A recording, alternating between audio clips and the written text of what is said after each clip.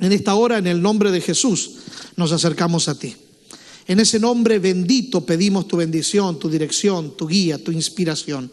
De tal manera que al leer, al meditar, al estudiar, al profundizar en el mensaje de tu palabra, esta palabra viva pueda venir, penetrar hasta lo más profundo de nuestro corazón, pueda llenarnos de tu presencia viva, y ese espíritu que inspiró la Biblia nos inspire de tal manera que podamos poner en práctica la enseñanza de tu palabra, porque allí es donde está el secreto y la bendición, cuando practicamos el mensaje de la palabra.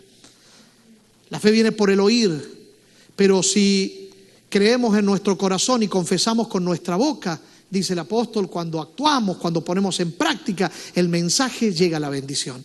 Por eso, Señor, ayúdanos para que podamos experimentar después de escuchar. Te pedimos estas cosas sin merecerlo, en el nombre que está sobre todo nombre, en el nombre de Jesús. Amén.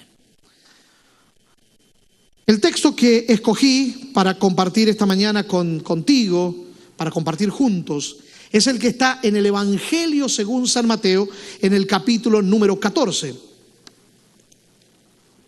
En los versículos 15 al 21, apenas 7 versículos, pero 7 versículos poderosos que presentan una historia que es muy relevante a este tiempo en el que estamos viviendo. Usted preguntará por qué puede ser tan relevante algo que pasó hace 2000 años atrás en este tiempo. ¿Habrá alguna enseñanza de la que podamos sacar de allí, de los conceptos generales? No, todavía un poco más. Tiene que ver con la realidad del tiempo en el que estamos viviendo. ¿Pero cómo puede ser, pastor? Pues leamos el texto, analicemos y miremos juntos esto que estoy mencionando. Dice la palabra de Dios en Mateo capítulo 14, versículo 15. Al atardecer, otras versiones dice al anochecer, le dijeron, sus discípulos se acercaron a él y le dijeron: el lugar es desierto y la hora ya avanzada. Despide a la gente para que vayan a las aldeas y compren para sí algo de comer. Pero Jesús les dijo: no tienen necesidad de irse, dadles vosotros de comer. Entonces ellos dijeron: no tenemos aquí sino apenas 5 panes y 2 pececillos. Y él les dijo: traédmelos aquí. Luego mandó que la gente se recostara sobre la hierba, tomó los 5 panes y los 2 pececillos, y alzando los ojos al cielo, los bendijo. Después de partirlos, dio los panes y los peces a los discípulos y ellos a la gente. Y todos comieron y se saciaron y recogieron de lo que sobró 12 cestas llenas. Y los que comieron eran como 5,000 hombres, sin contar las mujeres y los niños. Tremenda historia. Vamos a parafrasearla primero y después vamos a ponerla en contexto actual. Parafraseándola, es ya casi de noche, está ocultándose el sol, los discípulos miran que hay una multitud enorme, que era la multitud que Jesús había estado atendiendo. Dice la Biblia 5,000 hombres, sin contar mujeres y niños. Así que aquellos que saben, presumen, entienden, creen que había alrededor de unas 15,000 personas. ¿Por qué 15,000 personas, pastor? Bueno, porque 5,000 eran hombres.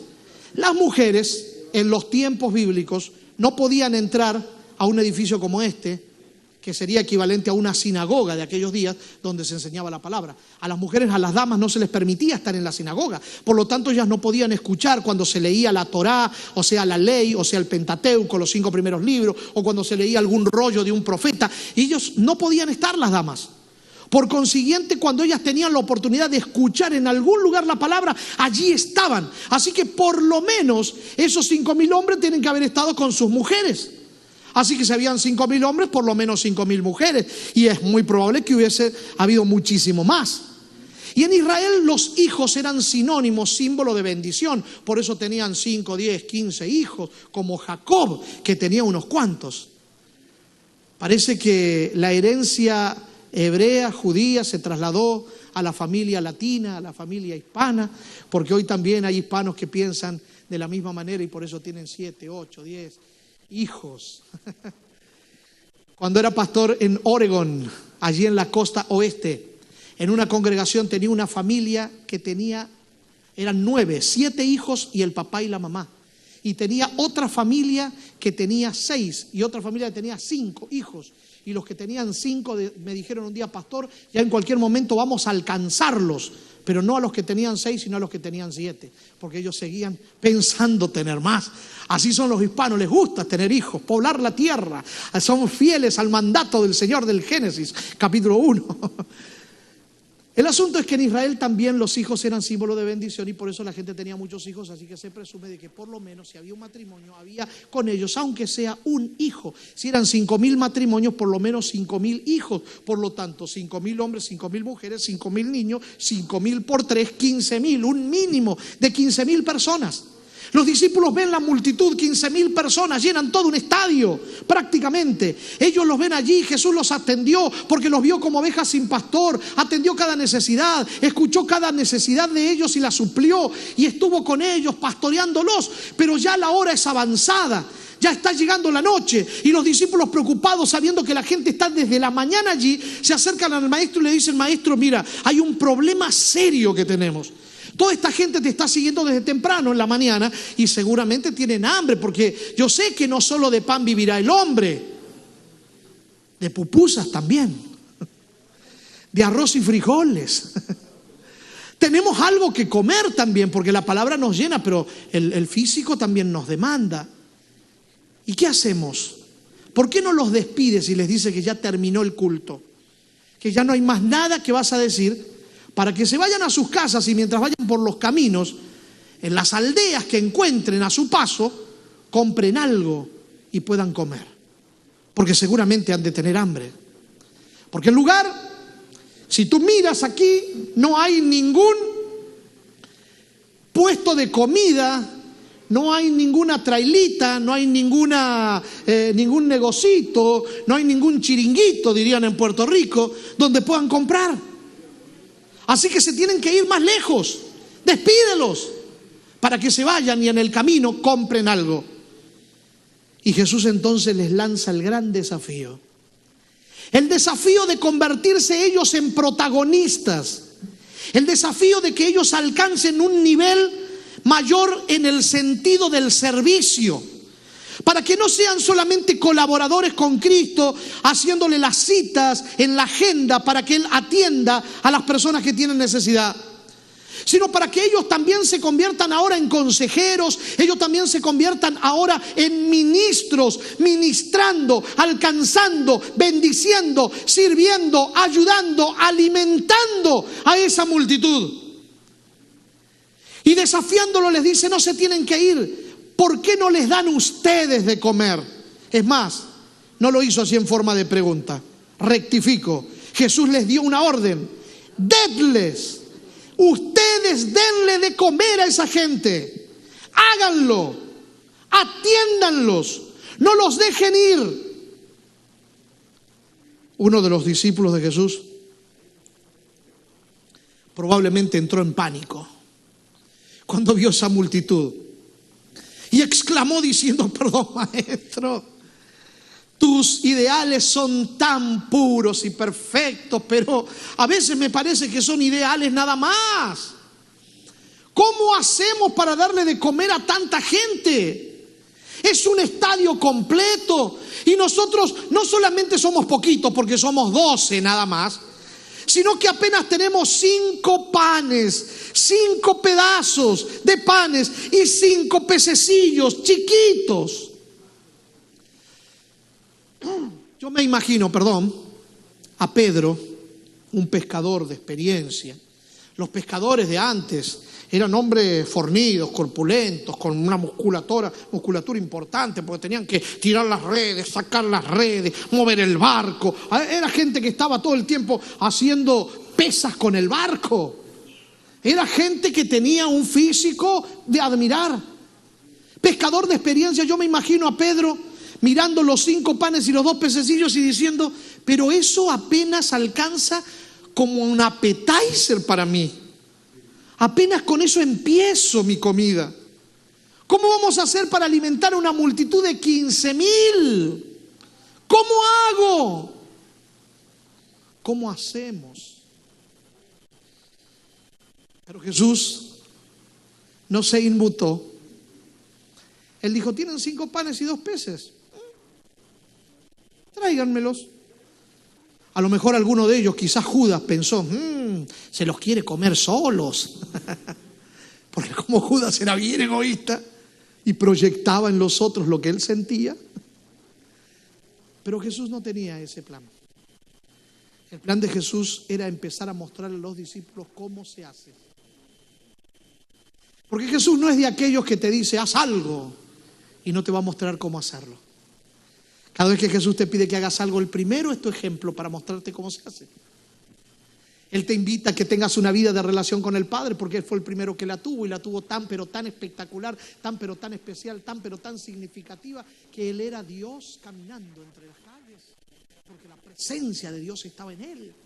Y todas las cosas que realizó no las realizó porque era Dios. Él las hizo en calidad de hombre, las hizo por su conexión con el Padre, porque el Padre actuaba a través de Él. Y esa es la bendición que todos podemos llegar a experimentar. Por eso Jesús les dijo a sus discípulos, quédense tranquilos, yo me voy al Padre y ustedes las obras que yo hago también las harán, porque el Espíritu Santo vendrá y harán mayores obras que las que yo hice.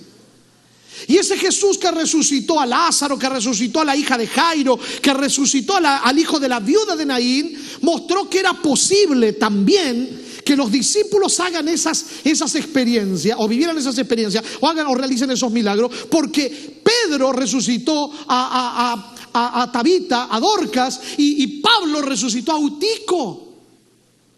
Y ese Jesús que levantó a los paralíticos mostró que Juan y Pedro en la puerta de la Hermosa, allí en aquella iglesia, levantaron al paralítico que estaba en la entrada de la iglesia.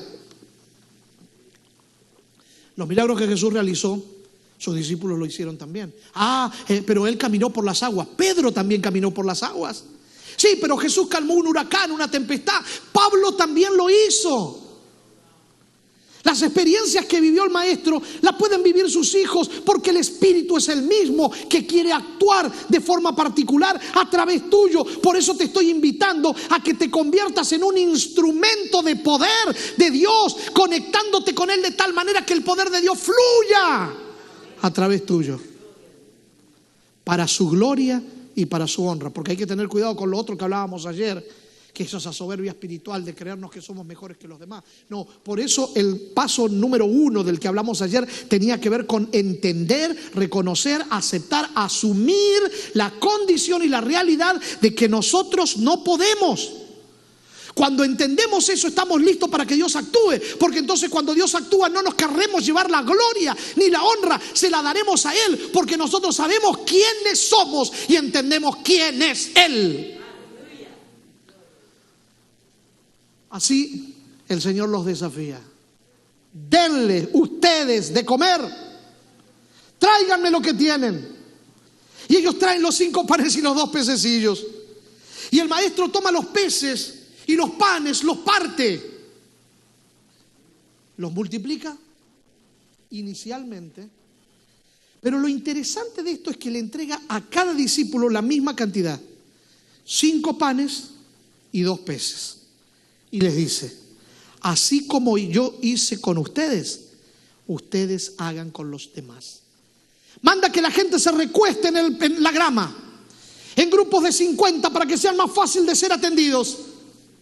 Y entonces los discípulos van con los 5 panes y los 2 peces cada uno. Ahora ellos tienen que decidir, desde que salen de la presencia de Jesús hasta que llegan donde están la multitud, si van a compartir o se lo van a quedar para ellos. Tienen que decidirlo.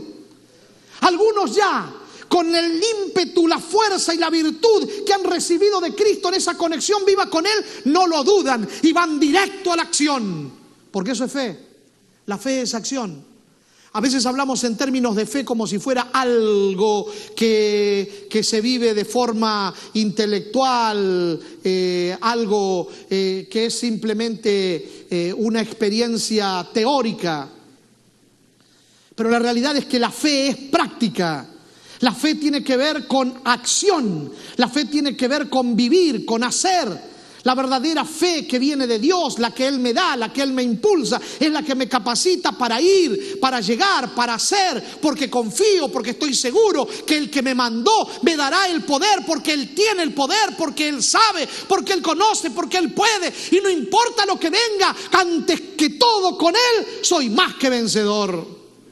Por eso, algunos fueron directos a la multitud, otros fueron tanto dudosos, hasta que se animaron. Y empezaron a recibir de la gente las peticiones. Y ellos empezaron a hacer lo mismo que Jesús hizo: partir el pan, partir los peces. Y empezaron a ver que cuando partían, cuando compartían, cuando entregaban, cuando daban y cuando se daban, el milagro se producía en una multiplicación milagrosa. No fue Jesús que inicialmente multiplicó de una vez el alimento para todos. Solo lo hizo para los discípulos, para que ahora ellos lo hagan con la gente. Y es el desafío que te entrega a ti hoy, que me entrega a mí. Que nos convirtamos en los atendedores, los que vayamos, los que busquemos, los que encontremos, los que conectemos, aquellos que están en el desierto de la vida, necesitados de alimento espiritual, necesitados de una palabra de aliento, necesitados de esperanza, necesitados de fortaleza, necesitados también de alimento físico. Por eso alabo el nombre de Dios por esta iglesia de los peregrinos. Porque cuando recién llegué vi una cantidad enorme de carros que no paraban, no hay lugar en el parking aquí. Por la cantidad de carros que han venido a buscar el alimento físico que esta iglesia está dando. Pero no solo alimento físico, sino también alimento espiritual. Por eso estamos compartiendo la palabra. Porque la gente tiene necesidad física, mental, emocional, social y espiritual. Y la iglesia tiene que estar allí para suplir, para ayudar en todas esas áreas. Por eso la iglesia de los peregrinos está dando alimento. Por eso también en esta iglesia se enseña la palabra. Por eso esta iglesia también tiene programas para compartir como hermanos. Porque también necesitamos juntarnos, socializar. Claro, ahora en el tiempo de pandemia es complicado, pero también se puede hacer porque hay un teléfono que se puede usar para llamar a nuestros amigos, preguntarles cómo están, orar por ellos, orar con ellos, decirles que estamos dispuestos a bendecir, a ayudar y estar allí prestos para hacer la mano ayudadora que ellos necesiten. Ahora voy a poner, la historia termina con los discípulos después de que alimentaron a todos, tomando una cesta, una canasta bastante significativa, y recogiendo todo lo que sobró. Y sobró una canasta llena, completa para cada uno de los discípulos. Empezaron con 5 panes y 2 peces y ahora tienen una canasta en la mano. Esa canasta sirve o alcanza para ellos, para sus familias, para sus amigos, para sus vecinos, para todos los que están a su alrededor. Por eso te decía anoche que si tú quieres vivir una experiencia espiritual mayor, tú no vas a poder alcanzar una experiencia profunda espiritualmente hablando, a menos que conectado con Dios, conectes a otros con Él. Como la historia del bambú que contaba anoche. Y que alguien me dijo: pastor, cuéntala de nuevo hoy. Y probablemente la cuente dentro de un rato. Pero volviendo al punto, no puedes crecer espiritualmente si no te conviertes en un conectador de otros con Dios, un mensajero, un embajador. Pasas a convertirte en parte de aquellos que son del ejército de Dios, cuyo general está dispuesto a dar la vida por sus soldados. Y ese general nuestro se llama Jesús, Jehová de los ejércitos. El que te cuida, el que te protege, el que está a tu lado, el que te infunde aliento, el que te levanta en la batalla, el que levanta muros de protección a tu alrededor, el que te da el poder para ser vencedor, el que te hace conquistar lo inconquistable, alcanzar lo inalcanzable y llegar a lograr que lo imposible sea posible. Pero es en la batalla donde se vive esa experiencia. Poniendo ahora la historia en nuestros días, porque yo te decía que era importante esta historia en el tiempo en el contexto del tiempo en el que vivimos. ¿Sabes por qué?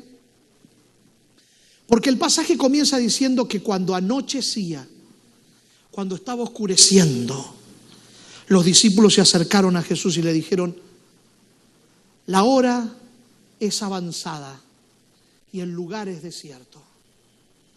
Cuánta realidad que grafica la condición actual de este mundo. Estamos viviendo en el anochecer de este planeta. A este mundo no le queda mucho tiempo. Esta pandemia, algunos creen que está mostrando que falta poco tiempo para que el Señor regrese. Otros creen que esta pandemia es una muestra de misericordia de Dios, que le está dando al mundo un poco más de tiempo. Y algunos dirán: pero ¿cómo puede ser si está todo muy feo? Sí, pero ustedes se dieron cuenta que las fábricas pararon, la contaminación bajó, y es como que el planeta está respirando ahora un poquito más por consecuencia de que el mundo paró en su vorágine constante. Entonces es como que el mundo logra respirar un poquito más de gracia. Pero independientemente de que sea una u otra cosa, la realidad es que no es que hace 6 meses que el mundo está en crisis. El mundo lleva 6.000 años en crisis, desde que el pecado llegó a este planeta. Desde que Adán y Eva tomaron del fruto del árbol prohibido, entró la crisis a este mundo. Y los virus, y las pandemias, y las bacterias, y las enfermedades son colaterales, son efectos secundarios del virus principal que es el pecado. Por eso necesitamos conectarnos con el Dios de vida, con el Dios de salud, con el Dios de fortaleza, con el Dios de seguridad y esperanza. Este mundo cada vez está más sumido en la oscuridad. No hay referentes. Yo no sé si tú sabías que en este mundo, en este planeta triste y lamentablemente, se celebra un suicidio cada 4 minutos y medio, aquí en este país, en los Estados Unidos. 788.000 personas mueren por año suicidándose. El 15% de eso aquí en Estados Unidos. Jóvenes entre 14 a 29 años de edad es el número mayor de quienes practican este flagelo. Yo no sé si sabías también que se practica aquí en los Estados Unidos alrededor de 1.095.000 abortos por año. Esto es lo que hace una cantidad tan grande que es equivalente a la práctica de un aborto cada 30 segundos. O sea que cuando yo termine esta mañana de compartir este mensaje con todos los que nos están mirando, tanto aquí en la iglesia como conectados a través de la internet o las redes sociales, cuando termine podremos tener algún cuarto de nuestra casa o algún cuarto de esta iglesia lleno de cadáveres de bebés, por la cantidad de abortos que se habrán practicado en este tiempo que nosotros estuvimos predicando. Es terrible, cada 30 segundos un aborto. ¿Sabías tú que 1.2 millones de niños forman parte del tráfico de esclavos aquí en los Estados Unidos? Quizá la gente que vive aquí en Miami no se da cuenta de eso, pero váyase a la frontera con México, a cualquiera de los puntos, desde Tijuana o San Diego, San Isidro, hasta McAllen, Reynosa, por allí, o Laredo, o cualquiera de los puntos aquellos, y usted va a ver esto que estoy diciendo. ¿Sabía usted que cada 107 minutos una menor de edad es agredida sexualmente, según las estadísticas? Cada 107 minutos. ¿Sabía usted que de cada 10 matrimonios que llegan al altar, 5 habrán de quedar en disolución antes de los 2 primeros años? Y los otros 5 quedarán pensándose y no sabemos si vamos a llegar a nuestros 5 o 10 años de casados. La sociedad está en crisis. La sociedad está viviendo como en un desierto. Tienen hambre. La hora es avanzada. El Señor llega. No podemos decirle a la gente, vayan a comprar comida a otro lado. Jesús te dice, dale de comer. Este es el tiempo para que la iglesia le dé de comer al mundo. Este es el tiempo para que la iglesia le dé la palabra a la gente que tiene necesidad. Porque hoy, como nunca antes, el mundo está necesitado de escuchar el Evangelio de Jesucristo. Porque el Evangelio de Jesucristo es el único que puede llenar el vacío, calmar el hambre, apagar la sed. Porque no hay agua más viva que el agua del Señor Jesucristo. Este es el tiempo de levantar el teléfono y decirle a los que se han ido del rebaño que es hora de volver, que es hora de regresar, porque Jesucristo los está esperando con los brazos abiertos. Mira a tu alrededor y ponte a pensar cuánta gente hoy que conociste, que formaron parte de la iglesia de Dios, que se sentaron contigo al lado en un banco de la iglesia, hoy están caminando lejos del Maestro. A ellos búscalos, llámalos, dile que el Señor los sigue esperando con los brazos abiertos. Que es tiempo de regresar. Hoy es el día que el hijo pródigo tiene que volver. Hoy es el día cuando aquellos que han resistido ya dejen de resistir y abran el corazón, porque hay alimento de más en la casa de Dios. No necesitas pasar hambre, no necesitas pasar sed, no necesitas seguir sufriendo, no necesitas seguir viviendo en el desierto, porque en la presencia de Dios hay un oasis de vida eterna esperando por ti. Hoy es el tiempo de venir a los brazos del Señor. Hoy es el tiempo de ser ese instrumento de bendición. Hoy es tiempo de dejar de ser miembros de iglesia para convertirnos en discípulos del Maestro y asumir ministerios de reconciliación, buscando a alguien con quien conectar con el Señor Jesucristo. Por eso a todos los amigos que nos están mirando allí en las páginas de Facebook o de YouTube, allí escribe y pon, yo quiero ser un instrumento de conexión.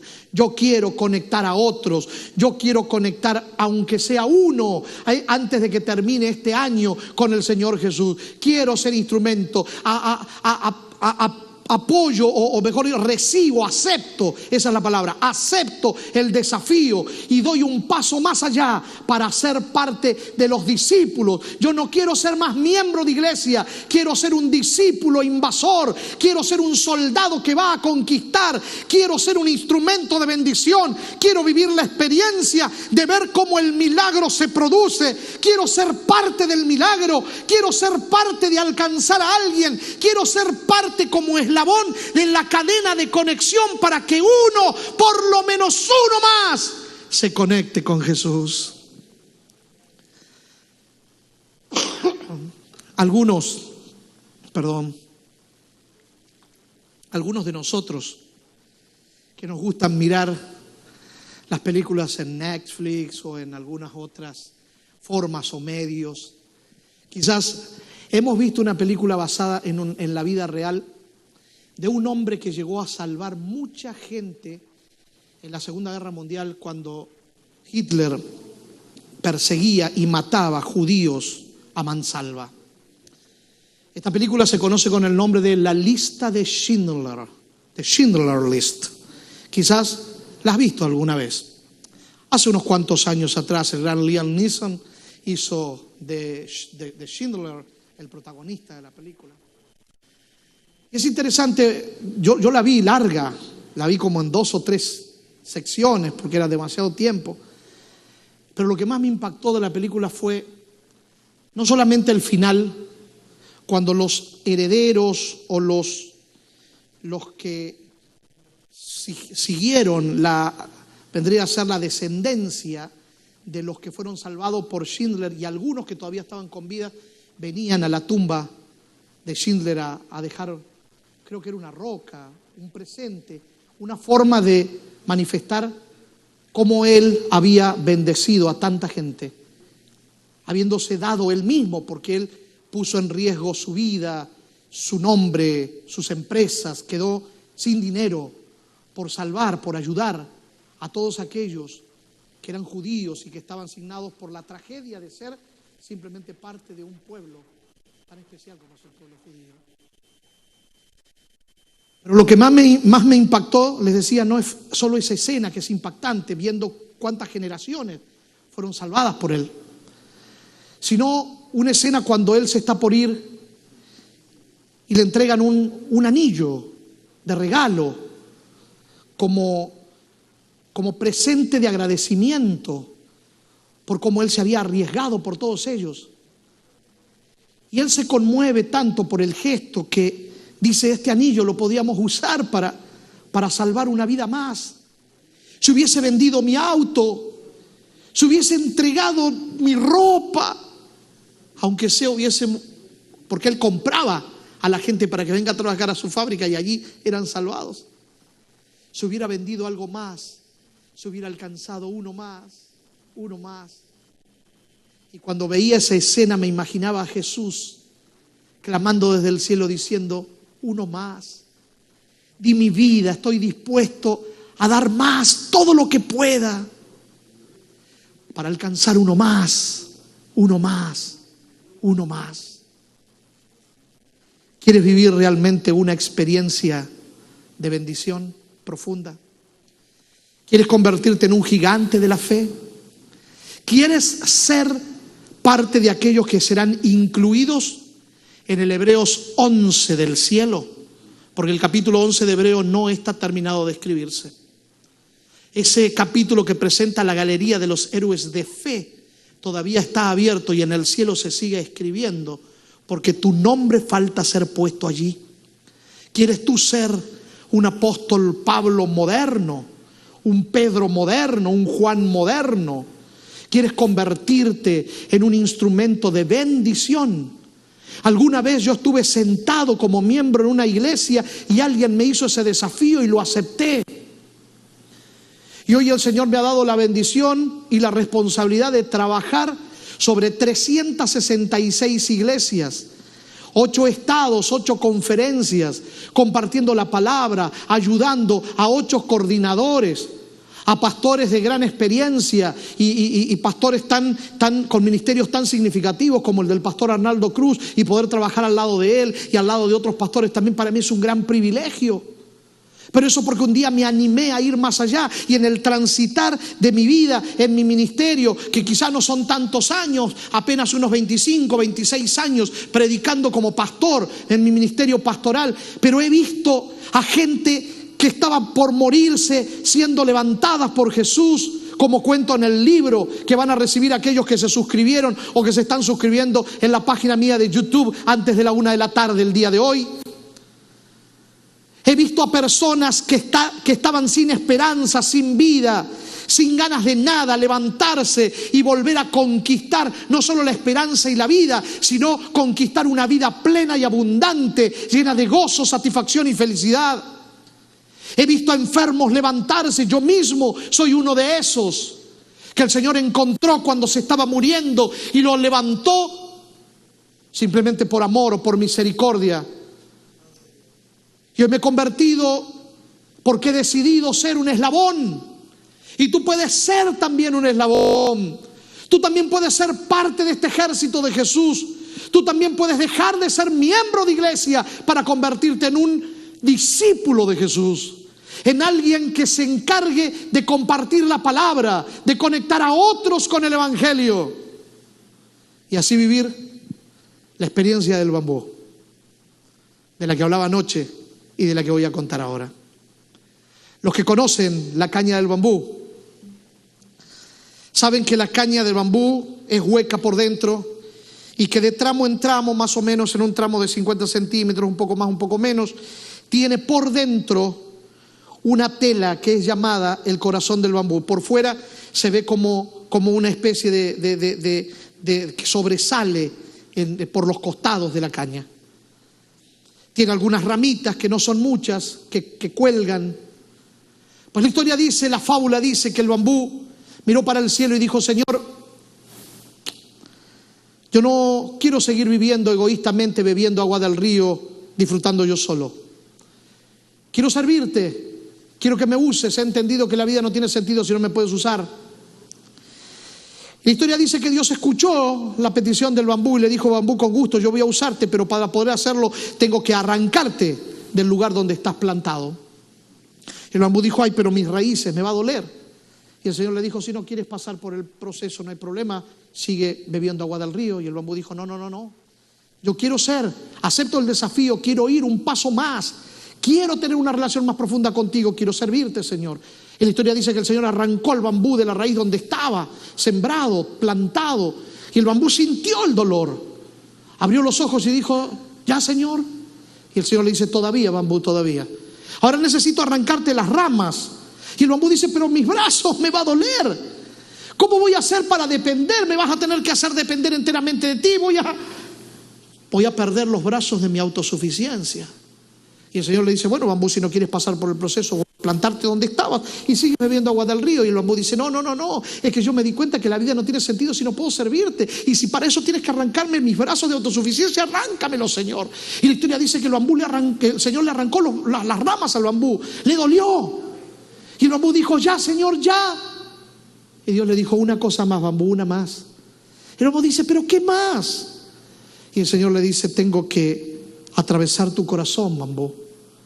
Y el bambú dice: pero mi corazón, me voy a morir, Señor. ¿No te alcanza con haberme arrancado de las raíces de mis propias convicciones e ideas, de haberme sacado los brazos de mi autosuficiencia, las ramas de mi costado, para ahora atravesar mi corazón? Y el Señor le dice: bambú, si no quieres pasar por el proceso, vuelvo a plantarte donde estabas, vuelvo a ponerte las ramas en su lugar y sigue tomando agua del río como lo has hecho hasta ahora. Y el bambú dice: no, Señor, es que yo ya no puedo volver atrás. Yo he entendido que la vida solo tiene sentido y significado si te sirvo a ti. Y si para eso tengo que morir, aquí estoy, Señor. Atraviesa mi corazón de lado a lado. Muero en tus manos. Y la historia dice, la fábula dice, que el Señor metió su mano dentro del bambú y atravesó el corazón del bambú de lado a lado. Y cuando el bambú pensó que iba a morir, fue el momento cuando comenzó a vivir plenamente, a vivir libre, sin decir una palabra, mientras corría una lágrima por la mejilla del bambú. El Señor lo miró con una sonrisa y le dijo: ya estás listo para convertirte en mi instrumento y poder transportar el agua desde el río hasta la aldea indígena que se muere de sed. En muchos lugares de este mundo, en lugares desérticos, en lugares inhóspitos, muchas tribus transportan el agua del río a la aldea usando la caña del bambú. Los que saben de eso dicen que con el correr del tiempo, como el agua está constantemente corriendo y corriendo, el bambú se mantiene vivo, fresco, verde. La vida todavía está en él, porque se ha convertido en un canal por donde el agua pasa. Sigue bebiendo del río, pero no porque sí. Ahora da de beber también a los sedientos. Y algunos dicen que con el correr de los años esa caña de bambú se pone tan fuerte que es más fuerte que los tubos PVC que usamos nosotros aquí para nuestras tuberías de agua. ¿Quieres ser fuerte de verdad?